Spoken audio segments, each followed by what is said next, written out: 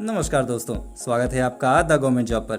दोस्तों, मान लीजिए आपने दिन रात एक करके SSC, CGL, GD, UP police, Delhi police या आर्मी की लिखित परीक्षा पास कर ली। आप बहुत खुश हैं, आपका परिवार खुश है। लेकिन जब आप फिजिकल टेस्ट के लिए जाते हैं और वहां सरकारी स्केल से आपकी हाइट नापी जाती है, सिर्फ 0.5 सेंटीमीटर या 0.6 सेंटीमीटर से आपको अनफिट कर दिया जाता है।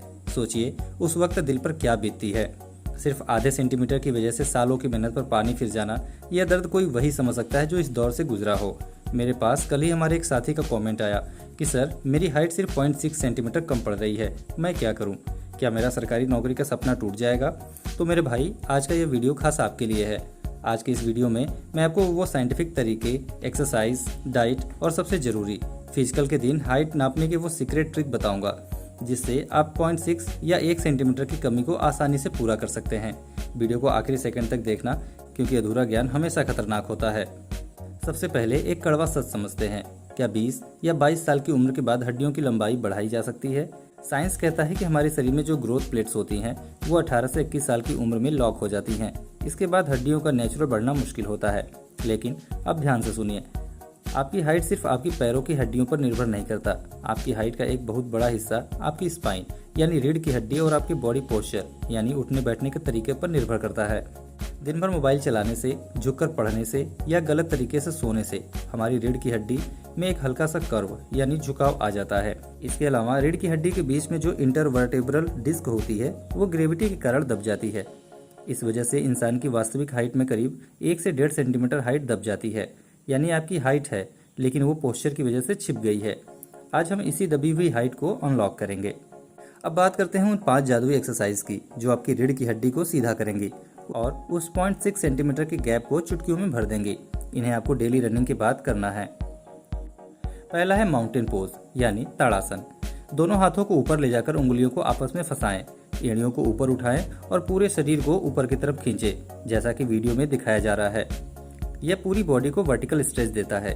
इसे 1-1 मिनट के 3 सेट करें। दूसरा है कोबरा स्ट्रेच यानी भुजंगासन। सबसे पहले पेट के बल लेट जाएं, हाथों को छाती के पास रखें और शरीर के अगले हिस्से को ऊपर उठाएं और आसमान की तरफ देखें, जैसा कि वीडियो में आप देख सकते हैं। यह रीढ़ की हड्डी के लचीलेपन को बढ़ाता है और दबी हुई डिस्क को स्पेस देता है। तीसरा है बार हैंगिंग यानी लटकना। किसी मजबूत लोहे की पाइप या पेड़ की डाल पर सीधे लटक जाएं। शरीर को बिल्कुल ढीला छोड़ दें, जैसा कि आप देख सकते हैं वीडियो में। ग्रेविटी के विपरीत लटकने से रीढ़ की हड्डी तुरंत डिकम्प्रेस होती है। रोज कम से कम 3 से 5 मिनट लटकने का अभ्यास जरूर करें। चौथा है कैट काउ स्ट्रेच। अब कैट काउ स्ट्रेच के लिए घुटनों और हाथों के बल आ जाएं। सांस लेते हुए पीठ नीचे करें और सिर ऊपर। सांस छोड़ते हुए पीठ को ऊपर गोल करें। पांचवा है फॉरवर्ड बेंड। सीधे खड़े होकर बिना घुटने मोड़े अपने हाथों से पैरों के अंगूठे को छूने की कोशिश करें। ये बिल्कुल ही सिंपल और साधारण सा एक्सरसाइज है, लेकिन बहुत कारगर है। एक्सरसाइज से आप पोस्चर ठीक कर लेंगे, लेकिन हड्डियों और कार्टिलेज को मजबूत बनाने के लिए ईंधन यानी सही डाइट की भी जरूरत है। कैल्शियम और विटामिन D3, इसके बिना हड्डियां कमजोर हो जाती हैं और झुकने लगती हैं। रोज सुबह 10 मिनट धूप में बैठें और डेयरी प्रोडक्ट्स जैसे दूध, पनीर इत्यादि का सेवन करें। अगला है अश्वगंधा। आयुर्वेद में अश्वगंधा को हाइट और बॉडी ग्रोथ के लिए बहुत कारगर माना गया है। रात को सोने से पहले 1 गिलास गुनगुने दूध में आधा चम्मच अश्वगंधा पाउडर मिलाकर पी सकते हैं। ध्यान रहे, इसे लेने से पहले अपने डॉक्टर से सलाह जरूर ले लें। अगला है हाइड्रेशन। हमारी रीढ़ की हड्डी की डिस्क में 80% पानी भरा होता है। अगर पानी कम पियोगे तो डिस्क सिकुड़ जाएगी और हाइट कम मापी जाएगी। इसलिए दिन में 3 से 4 लीटर पानी जरूर पिएं। अब आता है इस वीडियो का सबसे महत्वपूर्ण हिस्सा। मान लीजिए कल आपका फिजिकल टेस्ट है। आपने मेहनत की, लेकिन हाइट अभी बॉर्डर पर है। अब वहाँ उस सरकारी डिजिटल या मैनुअल मशीन के सामने आपको क्या चालाकी, मेरा मतलब आपको क्या सही तरीका अपनाना चाहिए, वो सुनिए। अगर आपके पास चॉइस हो तो फिजिकल के लिए हमेशा सुबह का सबसे पहला बैच चुनें। साइंटिफिक फैक्ट है कि सोकर उठने के तुरंत बाद हमारी हाइट शाम के मुकाबले 0.5 से 0.8 सेंटीमीटर ज़्यादा होती है, क्योंकि रात भर लेटने से रीढ़ की हड्डी पूरी तरह रिलैक्स और स्ट्रेच रहती है। दिन भर चलने और दौड़ने से शाम तक हाइट थोड़ी कम हो जाती है। ट्रिक नंबर 2, लाइन में खड़े होने का सही तरीका। जब आप हाइट नापने वाली मशीन के लाइन में खड़े हों तो वहां झुककर या ढीले होकर न बैठें। अपनी रीढ़ की हड्डी को सीधा रखें। ट्रिक नंबर 3, मशीन पर खड़े होने का गोल्डन रूल।